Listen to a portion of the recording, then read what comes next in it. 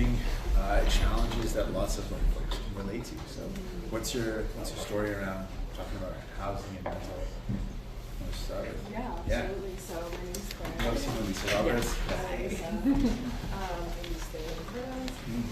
So yeah, I've lived in Halifax for about 4 years now. Right. I'm originally from the South Shore. Okay. Lived in Ottawa for a while Okay. and thought maybe that's where I was going to spend some time. But then around the pandemic, I decided to come back here.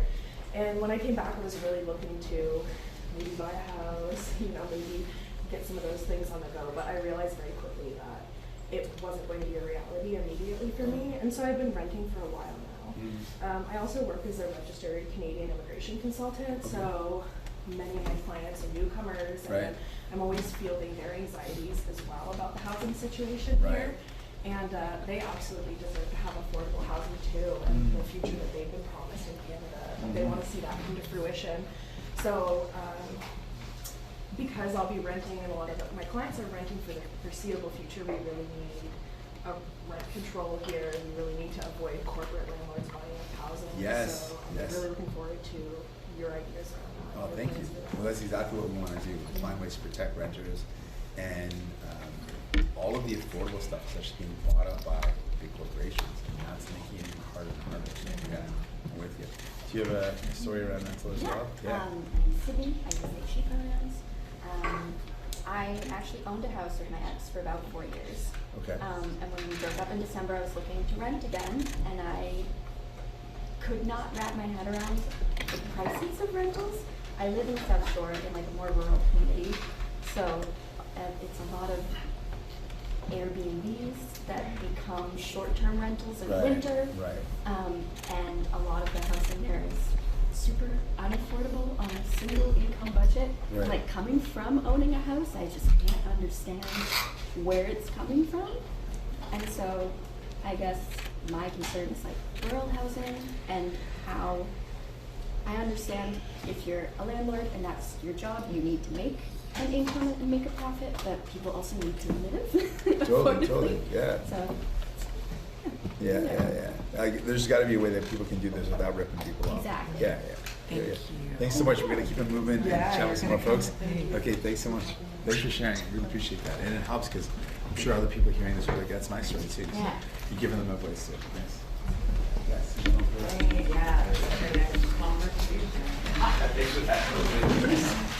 Hey, how y'all doing? Thanks so much for being here, by the way. Hey, this is really helpful. Yeah, we're talking about affordable homes or the lack thereof.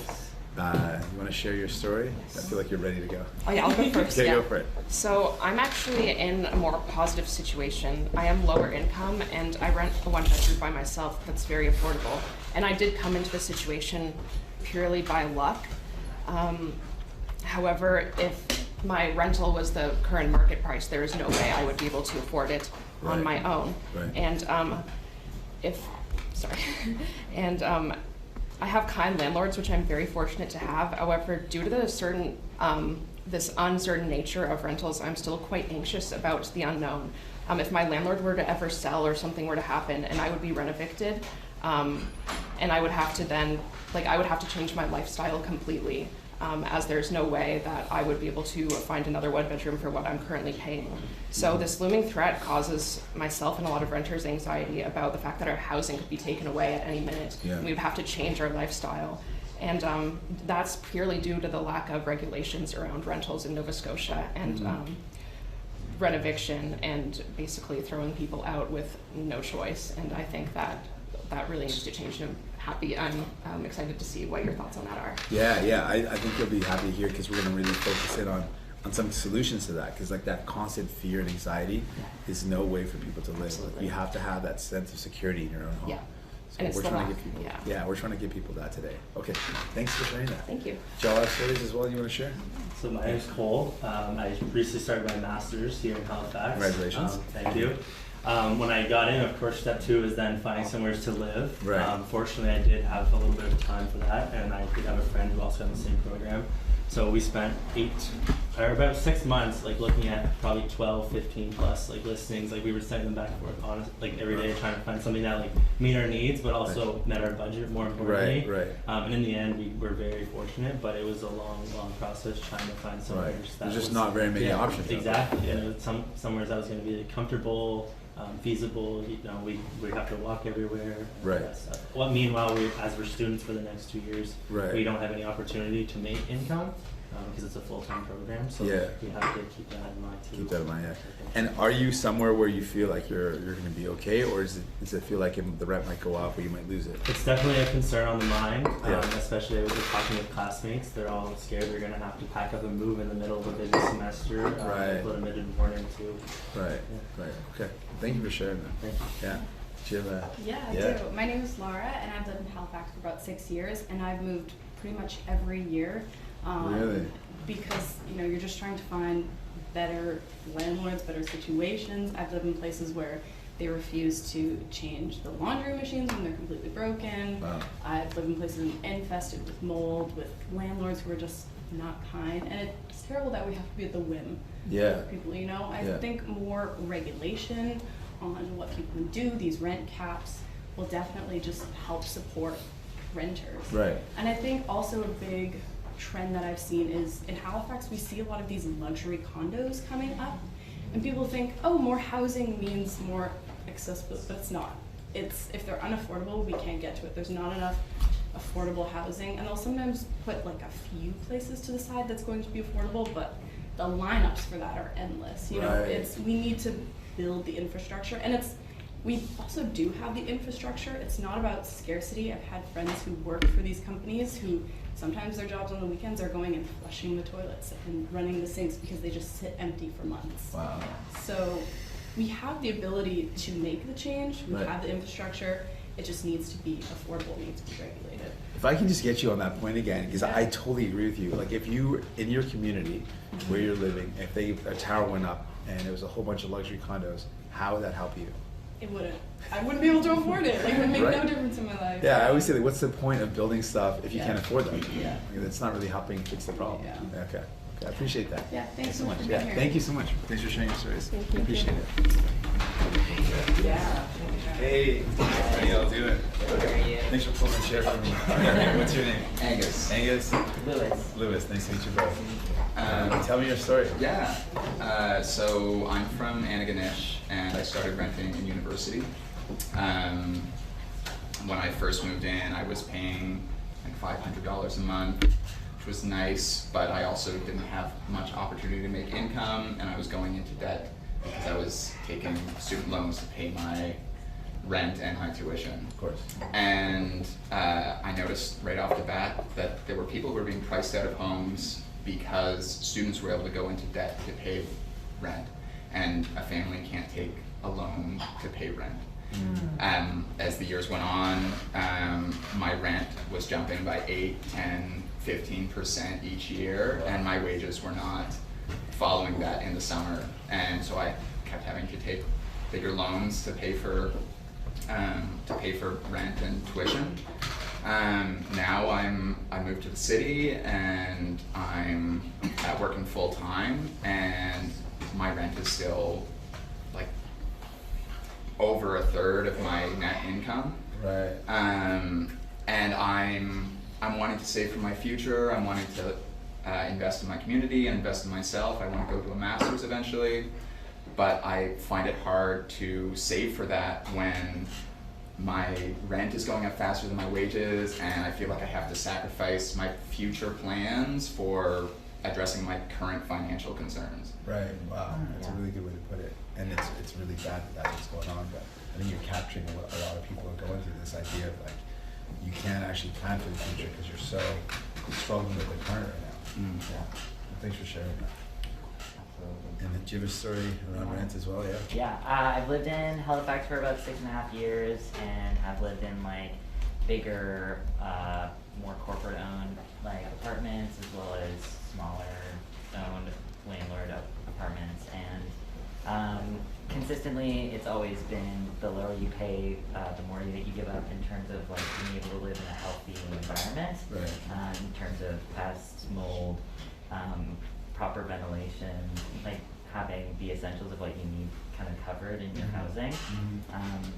I also work as a food bank manager, so I like do see the like high cost of food every day, and then talking also with all of my clients, everyone's big concern always lies within their housing and whether or not they're going to leave. Like that's what they pay first before they consider paying for their food, which is like their most basic necessity.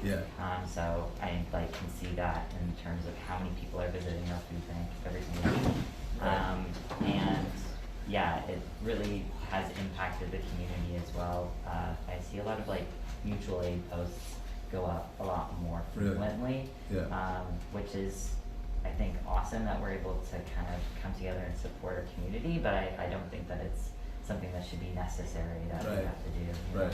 And you're seeing that connection between like food security, like being able to afford food and being able to afford a home. Like that's so connected. Like those are your two basic necessities, right? Yeah, absolutely. Yeah. Well, thanks for sharing that. And thanks for the work you do at the food bank. Thank you. Appreciate that. Thank you. Nice going through. Okay, thanks for Lisa for going to the back. Hi all. Thanks so much for being here. Yeah. Really keen to share your story. Lovely hair and beard. I feel like I'm looking at myself. That's okay. Nice to meet you. What's your name? Christian. Say again? Christian. Christian. Nice to meet you. And? Katie. Katie. Nice to meet you. Katie. Avery. Avery. Pleasure. Do you all have some stories you wanted to share? Yeah, so I'll be going first. Okay. So my name's Katie. I'm an occupational therapist here in Halifax. Thanks for that. In my job, I see a lot of people that are off work, whether that be for physical injuries, mental health concerns. And what I'm seeing time and time again is people going back prematurely before they're fully recovered or healed.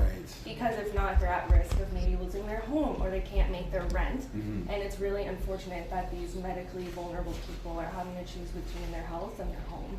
Right. Oh wow, what a good picture of a really bad problem. Yeah. It captures what's going on, right? Because things are so expensive, you can't afford to say, well, I need another couple weeks to heal, but a couple more weeks of pay, not having pay, I'm not going to be able to. Exactly, then they're at risk of losing everything they've worked for. Yeah.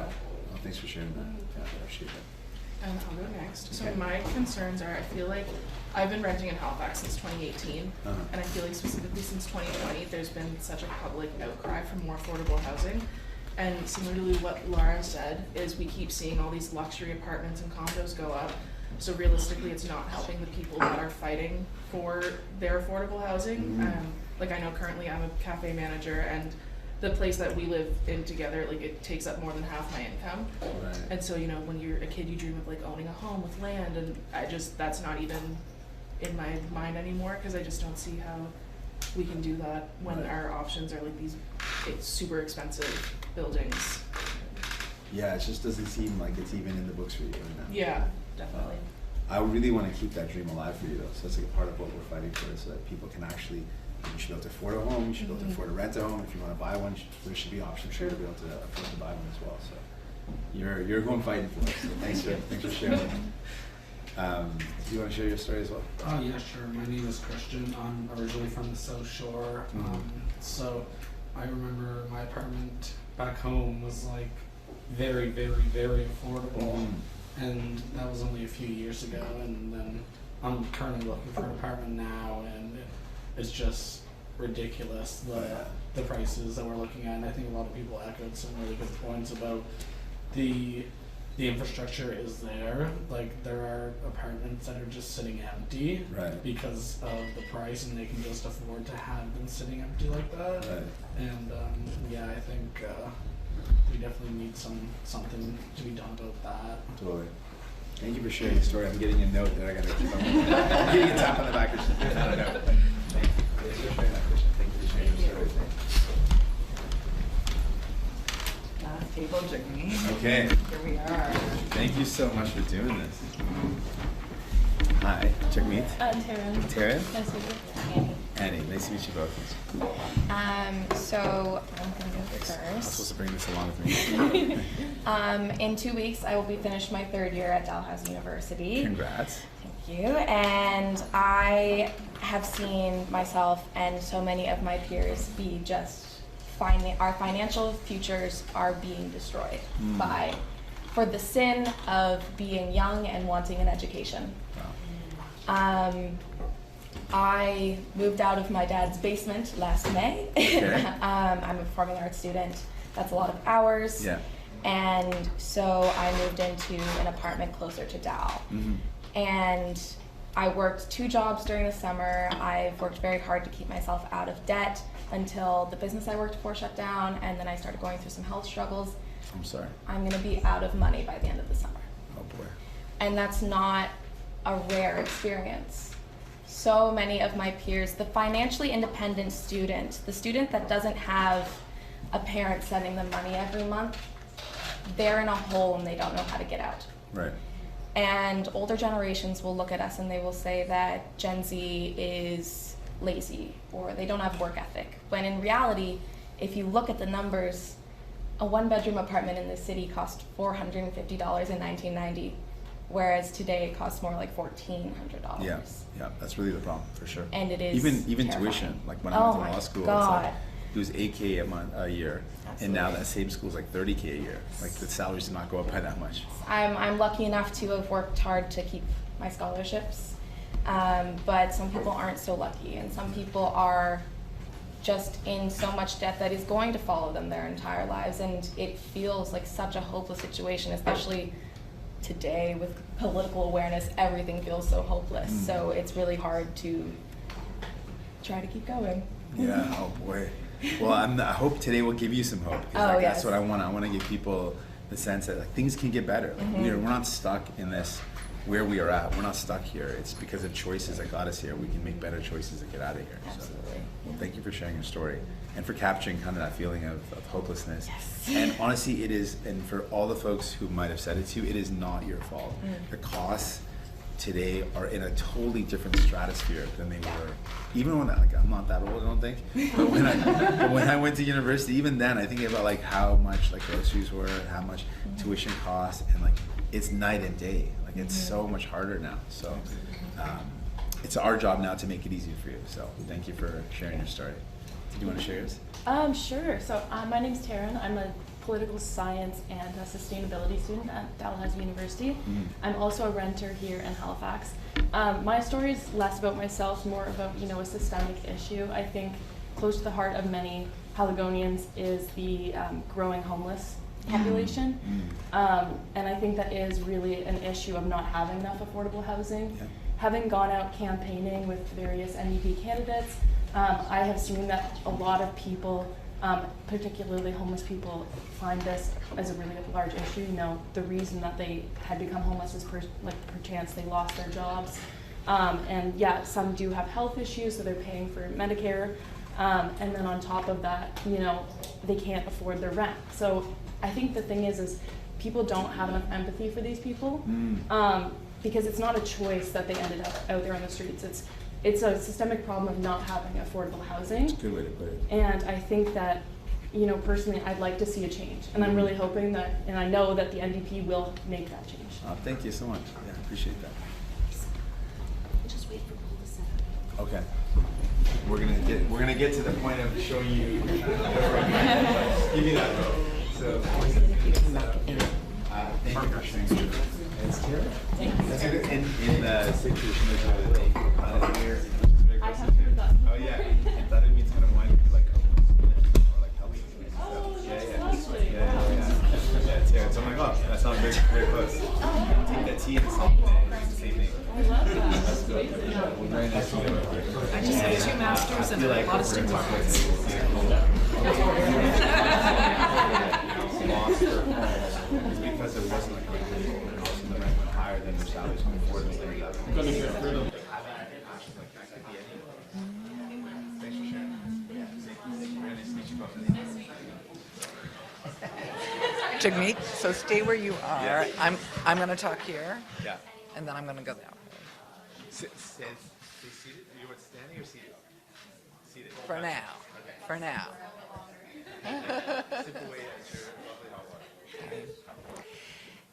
Hello, everyone. Thank you so much for joining us, and thank you to everyone who shared their stories. I'm Lisa Roberts. I'm the NDP candidate in Halifax.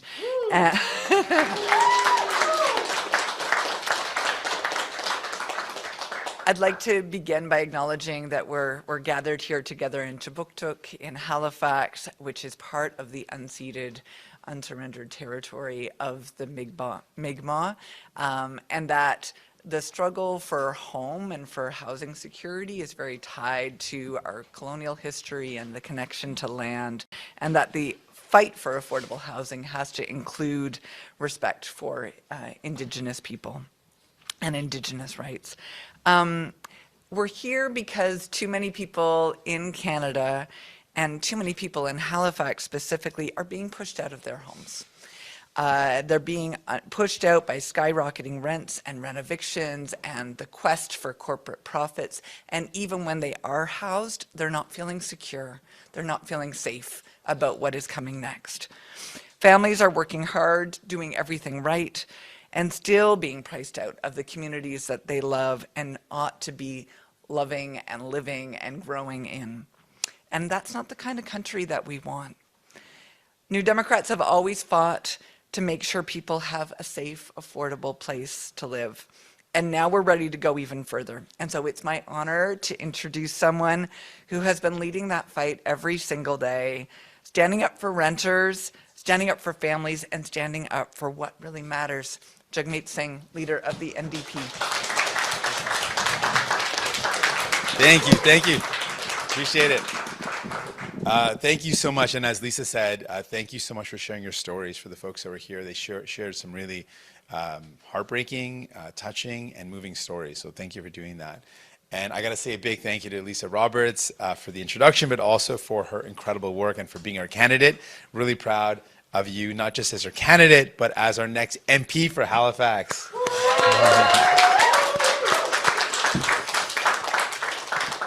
And the stories that we heard today are a lot of stories of despair, of worry, of anxiety, the fact that people can't find places that are affordable.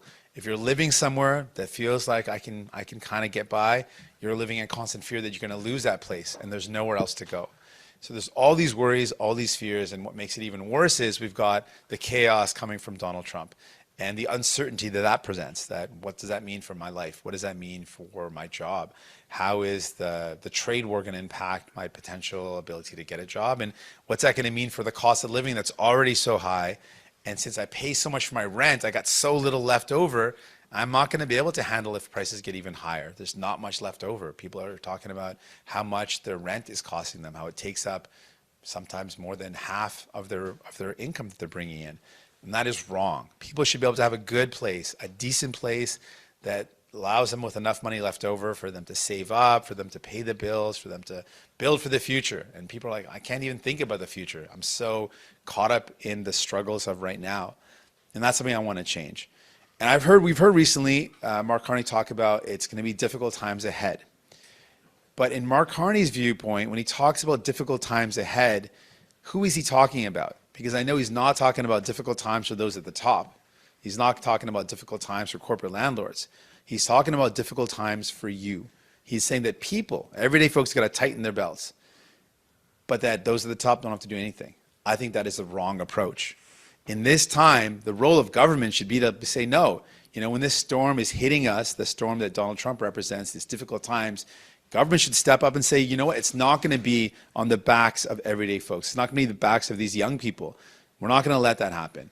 And so I think that it's clear that he's not going to be the person that's going to stop big landlords that are exploiting you. He's not going to be the one that's going to stop rent evictions or fixed-term leases.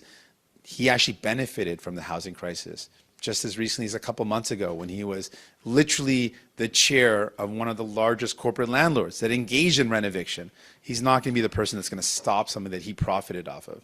And he's already said his plan. Plan is to cut the services that you need to pay for tax cuts for the millionaires. I think that's wrong. And Pierre Poilievre is certainly not going to be the one to stop corporations from ripping you off. He is also going to let them do whatever they want. So right now people need some hope. I heard a lot of people talking about losing hope. And I want to give you some hope.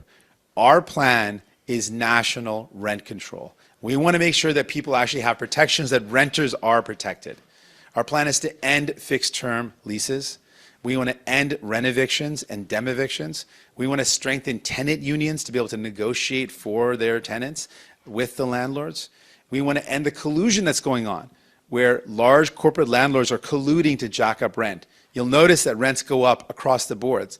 It's because there's collusion going on. They're jacking up the rents together. And the way we're going to do this is, if any province or municipality wants federal investments, federal funds to build homes, they have to put in place laws that protect renters. We're not going to build affordable homes for those homes to just turn into unaffordable homes because there's no protections in place. If we build a home and there's no rent control and there's affordability there, well, that affordability will evaporate because there's no rent control.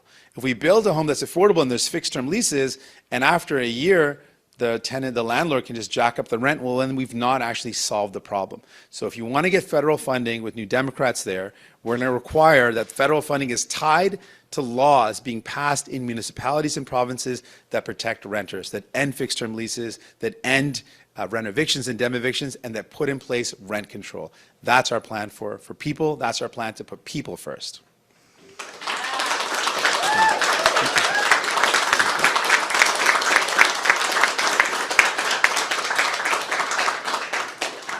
So in this time, people are feeling really worried. If you're worried about the cuts that feel like they're looming, if you're worried about you being forgotten, vote for a New Democrat. Vote for Lisa Roberts here in Halifax, and you're going to send someone to Ottawa that's going to put you first, not the billionaires, not the corporate landlords, but you and your family. Donc, on sait qu'on est dans un temps difficile. C'est clair, et j'ai entendu des histoires des gens ici. Ils ont partagé les histoires, comment ils sont désespérés, comment ça semble qu'il n'y a pas des options, il n'y a pas de solutions. Les gens qui ont des appartements abordables, mais qui ont peur qu'ils vont perdre ces appartements, ces logements. Les gens qui pensent que je ne peux jamais penser de la future parce que le présent, c'est tellement difficile. Donc aujourd'hui, je veux donner d'espoir. Souvent, on entend de Mark Carney, il parle maintenant récemment, il a parlé du fait que ça va être des temps difficiles pour les gens. Mais quand il parle de temps difficiles, il souligne le fait que ça va être des temps difficiles pour les gens, pour les travailleurs. Mais il jamais va dire que ça va être des temps difficiles pour les grandes entreprises. Parce que dans son opinion, il pense que toute la pression de cette crise doit tomber sur les épaules de vous, de votre famille, des jeunes personnes. Je pense qu'il a tort. Ce n'est pas la bonne chose à faire. Et Pierre Poilievre, lui aussi, ne va pas faire face aux grands problèmes comme les rénovations, comme le fait que les loyers augmentent tout le temps. Il ne va pas faire face à ces grandes entreprises d'immobilier. Donc, Mark Carney, il a profité de la crise du logement. Il ne va pas arrêter les géants de l'immobilier à vous arnaquer. Il ne va pas faire ça. Donc, c'est quoi la solution? Donc, si vous voulez quelqu'un qui est de votre bord, qui va se battre pour vous, c'est l'NPD. C'est Lisa Roberts ici à Halifax, c'est l'NPD partout au pays. Donc, notre plan aujourd'hui, on va annoncer un contrôle des loyers national. On va mettre fin aux rénovations. On va arrêter les arnaques des grandes entreprises. On va donner plus de pouvoir aux syndicats pour les locataires. On va dire que dans ces temps difficiles, on doit protéger les locataires. On doit arrêter les arnaques des géants de l'immobilier. Et c'est exactement ce qu'on va faire. On va lier les financements au niveau fédéral aux provinces et municipalités qui mettent en place des lois qui mettent fin à ces arnaques, qui mettent fin aux entreprises qui augmentent le loyer, qui mettent fin à ça. On va mettre fin aux entreprises qui font les rénovations. Donc, on peut faire ça. Je veux donner d'espoir. On a des solutions. Mais vous méritez quelqu'un qui est de votre bord, qui va se battre pour vous, pas pour défendre les profits des milliardaires, mais quelqu'un qui va vraiment cibler vos intérêts et protéger vos intérêts chaque jour. Et ça, c'est nous, l'NPD. Merci. Merci beaucoup.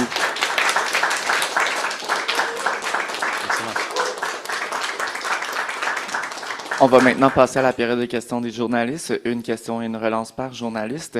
We'll now take the questions from the press. One question, one follow-up per journalist. We'll begin with, on va commencer avec Valérie Gamache, Radio-Canada. Bonjour, M. Singh. Vous me permettrez de m'égarer du sujet du logement ce matin, puisque c'est le retour d'une candidate quand même vedette au Québec, Ruth-Hélène Brosseau, qui se représente dans Berthier-Masquinongé. Qu'est-ce que ça représente pour vous, ce retour de Ruth-Hélène comme candidate? C'est des nouvelles incroyables. Ruth Allen, comme vous savez, c'était une députée vedette et une candidate vedette pour nous. Elle était mon ancienne leader en chambre. Elle a montré une conviction, une passion pour son comté, une passion pour les gens. Elle s'est battue pour améliorer la science-emploi. Elle était critique pour le secteur agriculture. Donc, c'est quelqu'un qui est vraiment incroyable comme partie de notre équipe, mais aussi un député incroyable pour Berthier-Masconoget. Donc, si vous habitez dans le comté, je vous encourage de voter pour une vedette comme elle. Elle va vraiment se battre pour vous. Et vous vous affichez complet. Oh, oui. Sure, yeah. I should have said off the top that I understand why I totally accept a question on this topic because it's very important. We're so excited that Ruth Ellen Brosseau is running again. She is absolutely a star. She was a star when she was in the House, and she's going to be a star candidate for us. She was formerly my House leader as well. She's someone that cares deeply about the people she represents. She's a fighter, and her story is one that really impressed a lot of people. Seeing someone start off with a lot of folks that were detractors. People thought that she wasn't going to be a great MP, and she turned out to be an incredible MP and fought so hard for people. And it shows you we actually need MPs who come from all walks of life. And if you give someone like that a shot, look at the great work she can do. So I encourage everybody who lives in the riding to vote for someone like Ruth Ellen Brosseau. She's going to fight for you. She is incredible, and I'm so proud that she's running for us again. Et avec cette candidature, vous affichez complet avec 343 candidats devant et avant les libéraux et les conservateurs qui ont dû, eux, rejeter certaines candidatures. Pouvez-vous garantir que vous n'aurez pas à faire ça du côté des néo-démocrates, de rejeter certaines candidatures? On est fiers du fait qu'on a une équipe qui a travaillé tellement fort pour chercher des candidats et candidates. On a maintenant tous les candidats pour cette élection. On est fiers de ça aussi, comme vous avez dit, avant des autres partis. Et en plus, on ne sait pas qu'est-ce qui va arriver, mais je peux dire que je vais toujours montrer de leadership s'il y a une situation où je dois prendre une décision. Yeah, for sure. Yes, I've got an incredible team, and folks should always know that anytime I get up here with, imagine, like hundreds of people behind me because it's a whole team that does the work that we do. So I'm really proud of our team. We are, yes, the first party to have a full slate of candidates. My team has worked really hard to find these great candidates. And we've, yes, done this before the Liberals or the Conservatives, so I'll take a little bit of pride in that my team is so amazing that they were able to make that happen. And whatever happens in the future, we don't know with respect to what will come up in terms of candidates. I can just guarantee you I will make the right decision for our country and for our party when it comes to any matters that arise. Thank you. Next question, Janice McGregor, CBC. Appreciating the concerns that have been expressed so articulately in this cafe today. But it strikes me that these are issues that perhaps belong more in a provincial or a municipal election campaign just jurisdictionally. Why are you trying to take what are ultimately kind of like provincial accountability issues and turn them into a federal ballot question? Because the matter of the crisis that we're in is a national crisis. Like wherever you go in this country, people can't afford homes, and it's getting worse and worse. It's not getting better. Rents are going up. It seems impossible to buy a home. We heard from some young people who thought, maybe I've saved up a bit, maybe I'll be able to buy a home. And they're like, it's not in the books for me. I don't see it ever being in the books for me. I want to change that. And I really believe this, that a leader is not someone who looks for excuses. I could look for excuses all day and say, oh, it's not my jurisdiction. It's not something I can do something about. I could look for an excuse all day long. I think a leader is not someone who looks for excuses. It's someone who looks for solutions. And yeah, there's lots of solutions. We can absolutely find ways to protect people at the federal level. And one example that I gave, and I mean it, is that if we're investing, and no one doubts that the federal government can invest in housing, we've done that before, investing in housing is important. Well, why would we invest in building homes that are affordable if then in a couple of years those homes are no longer affordable? That would be a bad investment. I think Canadians would say that would be a bad investment. So we're going to say we're going to make those investments, yes, but let's require that if we build a home that's affordable, it stays affordable. And the only way that happens is by putting in place better protections for renters. That means ending fixed-term leases. That means rent control. So if a jurisdiction, if a province or a municipality doesn't have those laws in place, then no, we're not going to spend money there. But if they want to have federal funding to build homes that we all know every community needs, then put in place laws that protect the people that are renting those homes. This weekend, I think the full ramifications of the automotive sector tariffs are starting to kick in a lot of places. I'm just wondering, there have been a lot of takes about whether Canada's doing enough in terms of counter tariffs and countermeasures across levels of government, whether it needs to do more, whether it's doing too much, and that costs Canadians who have to purchase those imported goods. What's the NDP's take? Like, have we hit kind of Goldilocks equilibrium where it's just right, or would you want to see more retaliation, less? What? On the retaliation front, I think there's been a broad consensus around the fact that we're being hit in a war that we did not want, we did not choose, it's illegal, it's unprovoked, and we got to fight back. Canadians are proudly putting their elbows up, they're saying we're going to defend our country, we're going to fight back, and I think that's the right thing to do. Where I differ, where I disagree with the approach is, from the other leaders, I'm not hearing a focus on people. Because in this difficult time, what does it actually mean that we've got this trade war? It means that people are now living more uncertain lives. It means that people are worried that life is going to get even harder. People are worried that they might lose their jobs, there might not be work for them, that they're already stretched so thin that costs might go up, and it means that they're going to be suffering. And so the difference that I present compared to Liberals and Conservatives, compared to Mark Carney and Pierre Poilievre, we've been talking about solutions that make life better for people in all of this uncertainty. So the idea of protecting renters is to say, well, in the face of this storm and all of this uncertainty, it would make matters even worse if you don't even have a secure home. So let's secure people's homes by giving them more protections. We've talked about employment insurance. If workers right now lose their job, the way employment insurance works is there's a cap on how much you can claim. So if you earn, the maximum is about $60,000, and you get about half of that back. Well, the way things are right now, if you have to live off of half of your income, no one could do that. People are spending their entire income on their rent, their bills, and their groceries. So how would someone get by on half of their income? That might have worked like 30 or 40 years ago when people were able to save up and costs weren't as high. But nowadays, it's not going to work. So we want to see EI improved to cover workers, their rent, their groceries, their bills. We need to see a higher EI. We're talking about building Canada. Let's build up our country. We need to build infrastructure here. Let's use Canadian material, Canadian steel, Canadian lumber, Canadian aluminum. Let's build a more resilient economy by building up Canada. So that's our offer that's different. We're really focused on how we respond to the threat of Donald Trump and the impact on workers by protecting people. That's really what we're offering to Canadians. Thank you. Next question, Rachel Ayello, CTV. Good morning. Nanos's latest numbers out this morning show that the NDP have fallen to 8% support. I know you say you're getting questions in every election about the polls, but you are now at a new numeric low. Should we expect your campaign to pivot to triage mode next week? Again, we saw in the Ontario election that just happened a couple months ago, they literally predicted, the same aggregate said that the New Democratic Party would not have party status. They literally formed the official opposition. So I'm not worried about that. What I'm focused on in this campaign is the choice that people have. People are rejecting the message of Pierre Poilievre and the Conservatives, saying, you know what, the cuts that he's proposing, not good for our country, not good for my family, not good for me. That's a no for me. And now people are starting to look at Mark Carney and saying, well, he's also talking about cuts.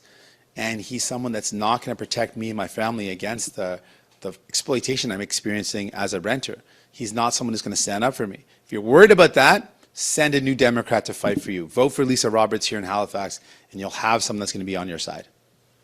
But respectfully, aren't you risking the future of your party by taking this head down, steady as she goes approach and not trying to change things up? We are focused on people, and this campaign matters. This campaign is very important. So we're going to use every day of this campaign to give people a real choice. I don't want people to think, and I'm sure Liberals and Conservatives would love for you to think, that you have no other choice in this election. They would love for you to have no one out there pointing out that Mark Carney is someone that profited off of the housing crisis. I'm sure he would love for us to not be here to say that. I'm sure that Pierre Poilievre would love for us to not point out that his plan to cut people to services at a time of potential recession and economic disaster is a horrible plan. But we're not going anywhere. We're never going to give up fighting for people. Thank you. Now, David Turton, CBC. Hi, good morning, Mr. Singh. I'm just wondering if you would respond to some controversy that's happening with the candidate for the Conservatives in North Island, Powell River, Aaron Gunn. He made posts on X between 2019 and 2021 that seemingly denied the impact of residential schools on Indigenous peoples. What's your take on those comments, and what's your take on the Conservative leader who seems to be standing by his candidate? Those comments are heinous, they're hurtful, and they're frankly clearly wrong. Aaron Gunn has made comments that go to diminishing the impact of residential schools, which we know were a genocide on the Indigenous people. They were shameful, they were harmful, they were hurtful, and the Canadian government was complicit in this. And the least we can do is acknowledge the harm suffered. That's a bare minimum to say, yeah, they were horrible.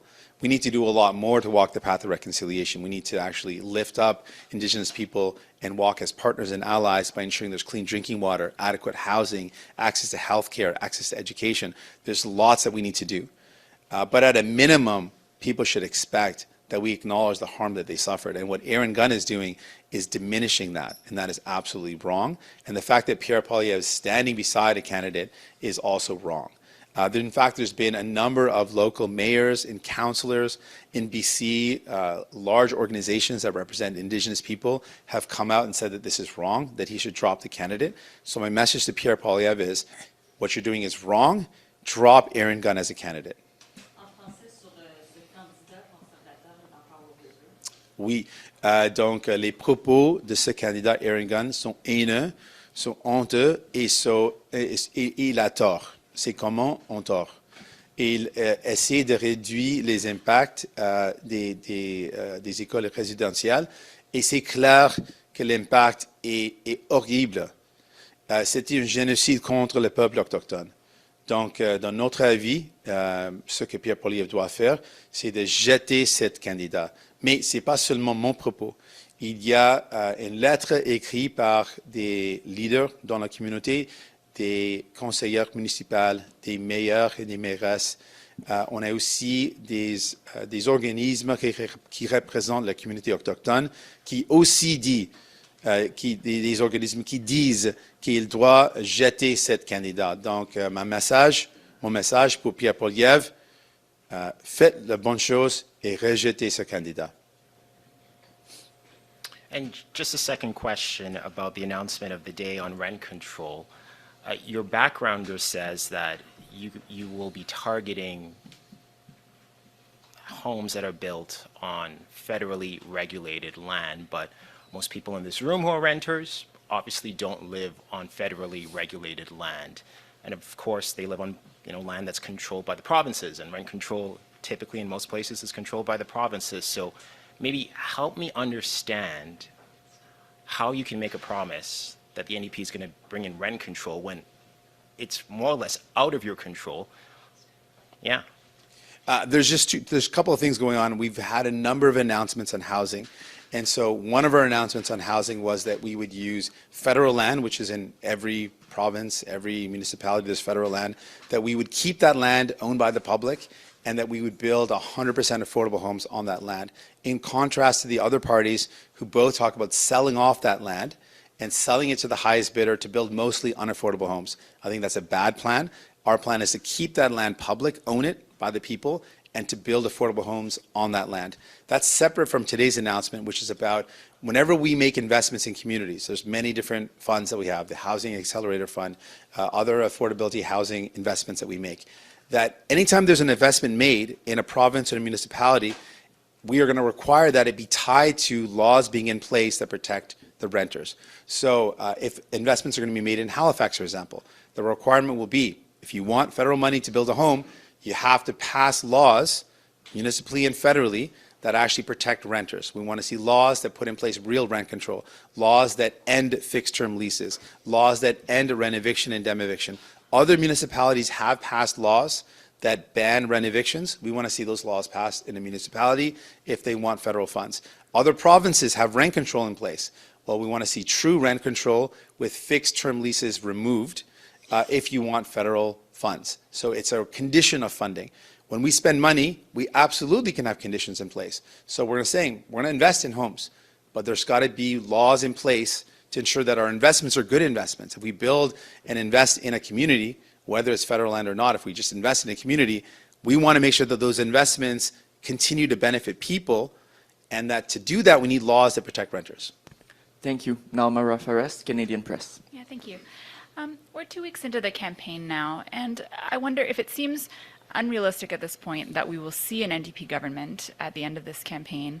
Would you be willing to say at this point that Canadians should elect a minority Liberal or Conservative government if it's not going to be an NDP government?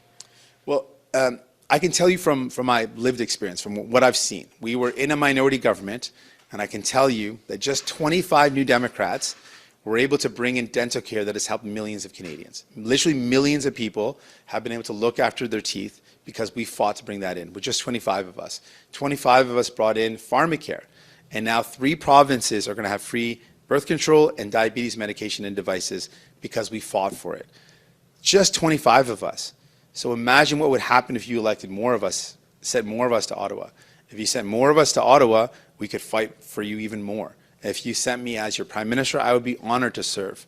People would choose the outcome of this election. I'm asking people to consider, who do you want in Ottawa fighting for you? Who do you want standing up to say, you know what, no, I'm not going to let corporate landlords rip you off? Who do you want in Ottawa to say, you know what, I want us to have more affordable groceries, I'm going to put in a price cap on food essentials? Who do you want in Ottawa fighting for you and your family, for fighting for the things that you hold dear? That's a New Democrat. And so send Lisa Roberts if you live here in Halifax. Wherever you live, send a New Democrat that's going to fight for you. And I wonder if we could hear Ms. Roberts on just how you've seen the housing situation change in Halifax in the last few years. Yeah, for sure. Thank you. I was the MLA and the NDP provincial housing critic the first time that someone slept in a tent visibly in my constituency, and at that time I had folks calling my office, my MLA office, and saying, you have to do something. You have to intervene on this person's behalf, and they knew that person's name, so that they would be well sheltered and taken care of. And so it's been really quite dramatic over the past 8 years how prevalent, visible, persistent homelessness has become, and really how frustrating it is. Again, as a former MLA, as a former housing critic for the Nova Scotia NDP caucus, there's no satisfaction in saying, we told you so. But literally in Province House in Nova Scotia, I told them so. Like, I asked questions to the Premier as we were seeing older, deeply, relatively affordable buildings being bought up and the entire buildings being renovated and repositioned at much higher rents. So yeah, I'm super motivated to win this seat in Halifax because there is so much work that we need to do. There are solutions that we can, there are solutions from around the world that we can learn from and adopt, and people really need someone fighting for them to have the security of home so that they can commit to their communities and commit to their lives. Thank you. Last question, Angela Capabianca, Global News. Hi. So leading into this election, the NDP didn't have any seats in Atlantic Canada. I guess I'm wondering, how confident are you that the NDP will win any seats in the region?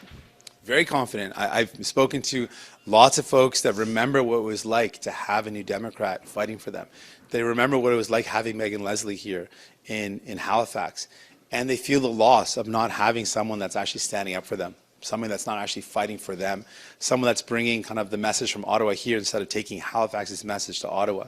And so that's what you're going to get with the New Democrat. If you elect Lisa Roberts, you're going to get a voice that's going to say, you know what, Halifax deserves better. that we need better protections for renters. We need better protections for people. That in all of this struggle, who's going to be in it for you and not the billionaires? That's New Democrats. That's us. That's Lisa Roberts. And so I'm hearing that more and more. In St. John's in Newfoundland and Labrador, we've got Mary Shortle running there, who has shown people that she's a fighter for them, fighter for people. So the people in Atlantic, I think you deserve a lot better than folks that haven't had your back and haven't been your voice for you. You deserve a New Democrat. Vote for one. No more questions. Thank you. Thanks so much. That concludes the press conference for today. Thank you, everybody. C'est Thank ce you qui so much. conclut You la did great. conférence de That's presse awesome. d'aujourd'hui. Merci beaucoup. Bonne journée.